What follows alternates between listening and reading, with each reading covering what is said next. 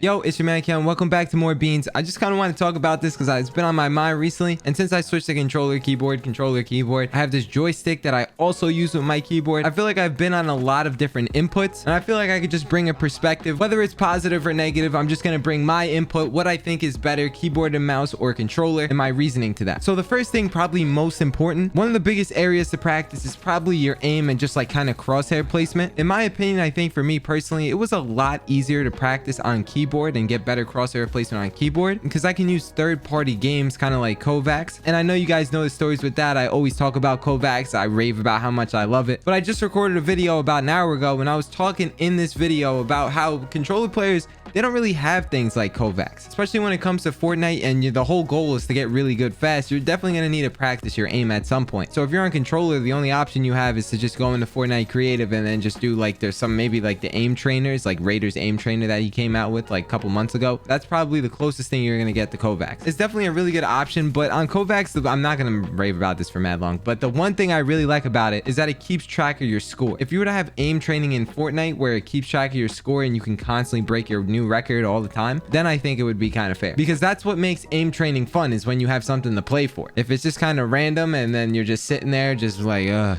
more aim training, get this out of here, you're going to be annoyed. So personally, when it comes to crosshair placement and aim training and all that stuff, I think keyboard definitely takes the cake. This video is going to be a little all over the place, but it's fine because if you watch all the way through, it's chill. I will say that controller does allow you to play smoother and slower. So if you're one that kind of thinks too fast at times, you play controller, you're not going to be able to have the fastest sense in the world. And to be honest, it might hinder you just a little bit and hold you back, so to speak. If I'm being honest, I think that controller is a lot harder to get better at than keyboard. It's something to do with the sensitivity. That's the main thing. I don't think it comes down to really pressing the buttons, but it's just like being able to have a slow and fast sense. For me personally, I have so much control with my mouse because I use my entire arm and all that stuff that you guys know. With not, I don't have an analog stick. I use my whole arm to aim and all that controversy. I really do think that's a big step up. And I watched some friends just like Owl FN. He used to play on keyboard back in the day, and then he switched the controller. He's been on it for like a year and a half or something like that, maybe even 2 years. And then out of nowhere, like 2 months ago, we switched back to keyboard, and his mechs look so crazy, and he was never able to get like that on controller. The sensitivity was so slow. He was thinking of stuff that he couldn't do fast enough on controller. Even though he was still really good, he switched back over to keyboard, and he's just